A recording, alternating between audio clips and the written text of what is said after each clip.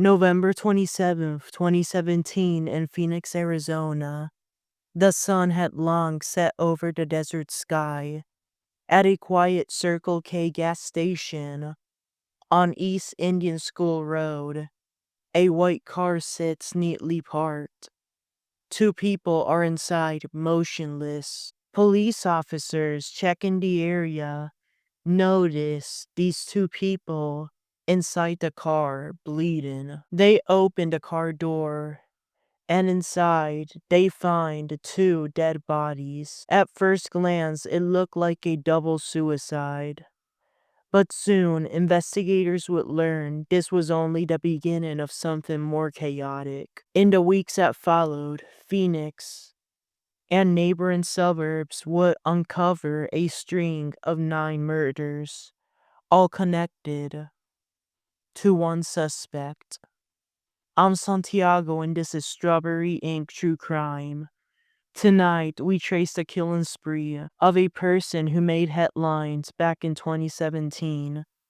The Maricopa County serial killer, a case that left police, prosecutors, and the public reeling from 9 violent deaths in just 3 weeks. Let me explain to you what a serial killer is. It is somebody responsible of killing 3 or more people on different occasions. Therefore, a mass shooter at a grocery store or a school is not a serial killer, as those murders occur at the scene all at once. A serial killer is someone who manages to kill several people and get away with it for the time being before going on to commit their next murder. Here in Phoenix, Arizona, in late 2017, the most November means preparing for Thanksgiving, seeing where you're gonna get your turkey from, saving up and making arrangements for Black Friday or Cyber Monday shopping.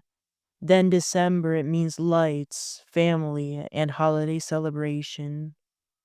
But that winter, the skies above Maricopa County hung heavy with terror. The first victims, 27-year-old Andrew Remillard and 21-year-old Parker Smith, were identified through their ID when found deceased in that Circle K parking lot. No signs of struggle, but it was obvious that both had died due to gunshot. Within days, another call came in. It was December 2nd. That same police department, the Phoenix Police Department, responded to gunshot noises being heard out of the Cove Apartments complex in West Phoenix. On the ground, bleeding to death, was Salim Richards. This person was already unconscious when the cops arrived. Over the next 2 weeks, bodies kept turning up across Phoenix, Glendale, and Avondale, all within the same county, Maricopa County. On December 11th, 25-year-old Jesus Real was discovered dead by his sister Liliana Vasquez inside his home. Liliana had been wanting to visit her brother and did not expect to find him on the ground, bleeding and unconscious. Liliana at this point suspected her ex-boyfriend of being responsible, Cleophus Cooksey Jr., as she had recently had issues with him, especially during their breakup. 3 days later, the Glendale Police Department responded to gunshot noises coming out of the Cortland Apartments in Glendale and found 21-year-old LaTorri Beckford also on the ground dead, bleeding. Only days later, that police department would respond to more gunshot noises at the Summerhill complex in Glendale, finding 21-year-old Christopher Cameron dead. Different neighbors, same brutal method, being murdered in a parking lot. On December 16th, another woman vanished 43-year-old Maria Villanueva. She did not show up at her home's boyfriend like she promised to, and she stopped answering phone calls nor texts. Hours later, officers of the Phoenix Police Department found her dead in an alley off Mojave Street.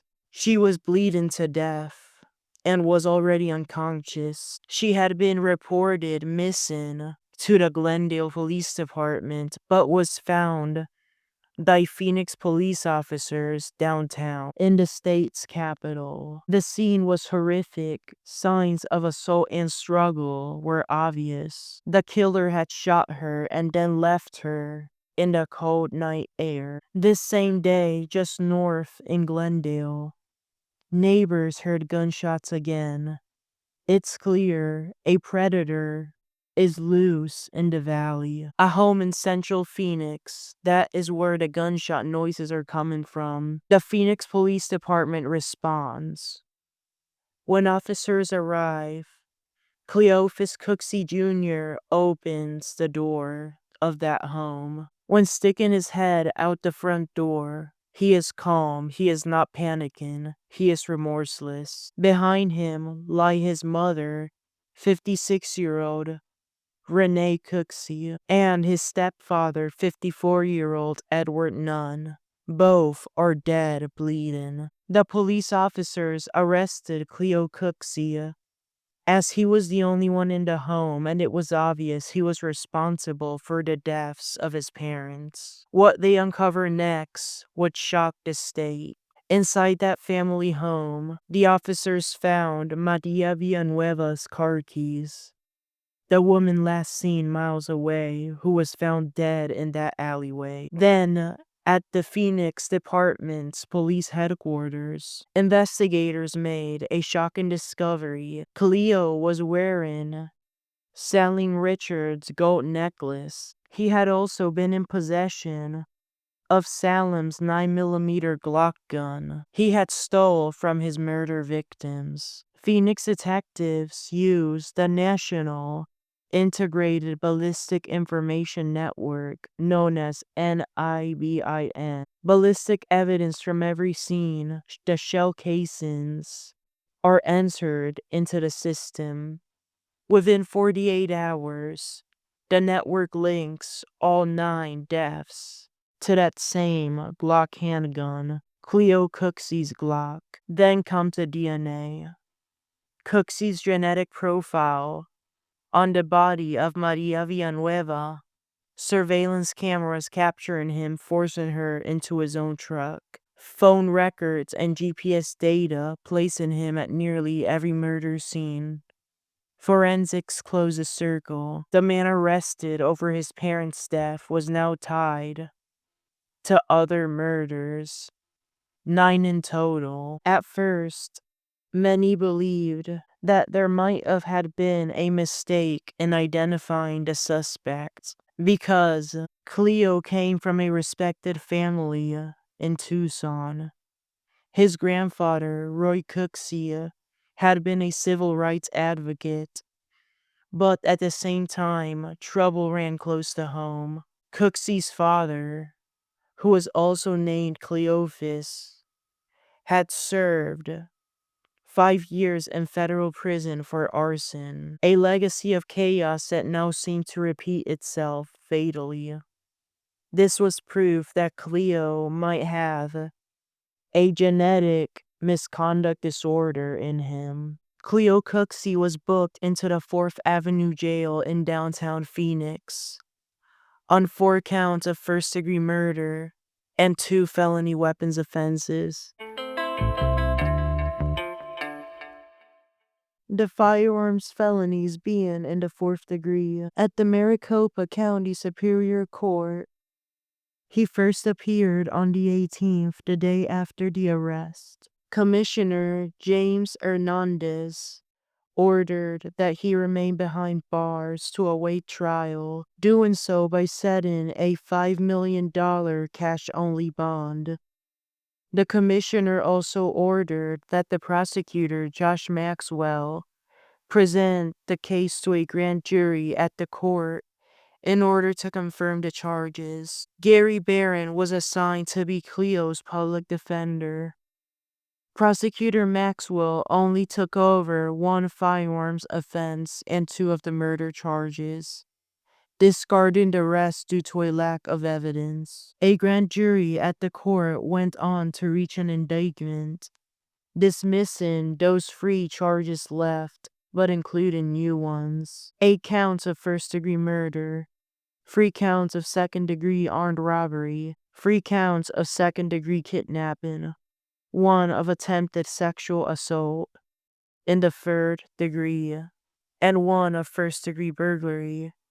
The prosecutor unsealed this felony indictment, announcing that the death penalty would be sought for the murder charges. The Maricopa County Attorney, Rachel Mitchell, noticed that the grand jury did not indict Cleo for the murder of Jesus Real due to a lack of evidence. For that same reason, she declared that Cleo would not be prosecuted for that. Attorney Mitchell would help out with the prosecution throughout the case.